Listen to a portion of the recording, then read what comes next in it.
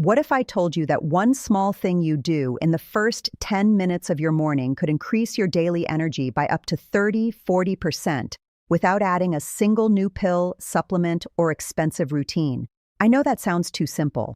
You're probably thinking, if it were that easy, my doctor would have told me years ago. And honestly, I understand the skepticism. Most of the people who sit across from me every day have already tried everything. Multivitamins, special diets, cutting sugar, walking more, drinking more water without really knowing how much or when, and still, they wake up tired. Still, they fade by mid-afternoon. Still, they feel like their body just doesn't respond the way it used to. My name is Dr. Elaine Carter, and I've spent over 2 decades working with adults in their 60s, 70s, and even 80s. And what I'm about to share with you is not a miracle cure. But when implemented correctly, I've seen it improve daily energy, mental clarity, and even blood sugar stability by 20, 30, sometimes 40% in real people. People who were doing everything right and still struggling. I'm talking about men and women in their late 60s and early 70s. They take their medications on time, they watch what they eat, they go for walks, they track their numbers, and yet they wake up exhausted. By noon, they feel drained. By 3 p.m., they're reaching for coffee or something sweet just to get through the day. And the most heartbreaking part? They're tired of trying, tired of spending money, tired of being vigilant, tired of feeling like their body is working against them instead of with them. If that sounds like you, I want you to know you are not broken, and this is not your fault. Before we go any further, do me a quick favor. Leave a comment below and tell me where you're watching from, your country or city. I read those comments personally, and it helps me understand who I'm speaking to. And let me be absolutely clear about something critical right now. This is not about replacing your medications. This is about supporting your body so those medications can work better, not harder.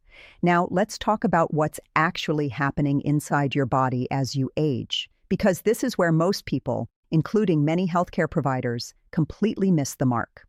After the age of 60, several physiological changes occur almost universally. First, your thirst mechanism weakens. You don't feel thirsty until you're already mildly dehydrated. Second, your kidneys become less efficient at conserving fluids. Third, your cellular water distribution changes, meaning even if you drink fluids later in the day, they don't always reach the cells that need them most. And fourth, your morning cortisol rhythm, the hormone that helps you feel alert, becomes more fragile. Here's the overlooked factor almost no one talks about: the timing of hydration in the morning. Not how much you drink all day, not what fancy supplement you add, but when and how you introduce fluids into your system after 7 to 9 hours of sleep. Even mild dehydration, just 1 to 2%, has been shown to reduce energy, slow reaction time, increase perceived fatigue, and worsen blood sugar variability.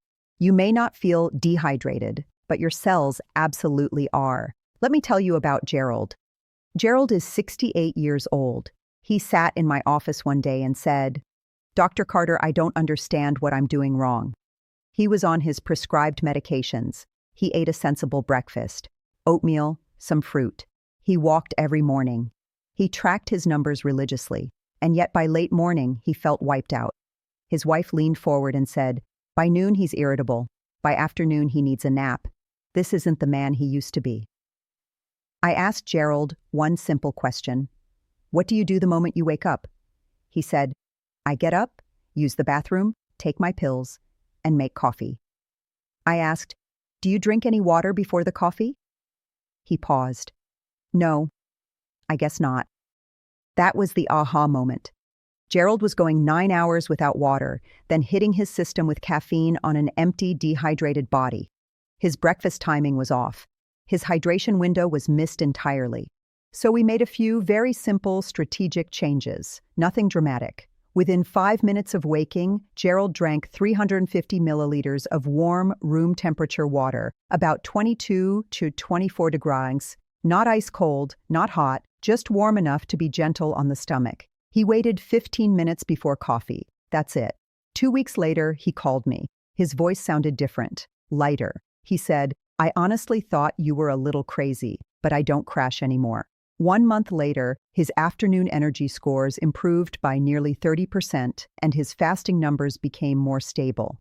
Before I teach you the specific method, I need to explain the 3 most common mistakes I see every single day. Mistake number 1, waiting until you feel thirsty. That's like waiting for a plant to wilt before watering it. By the time you feel thirst, your body is already behind. Mistake number 2, drinking most fluids late in the day. Imagine trying to water a garden at night when the soil is cold and compacted. Your body absorbs fluids best in the morning when circulation and hormone signals are primed. Mistake number 3, starting the day with diuretics first. Coffee and tea pull fluid out before you've replenished what you lost overnight.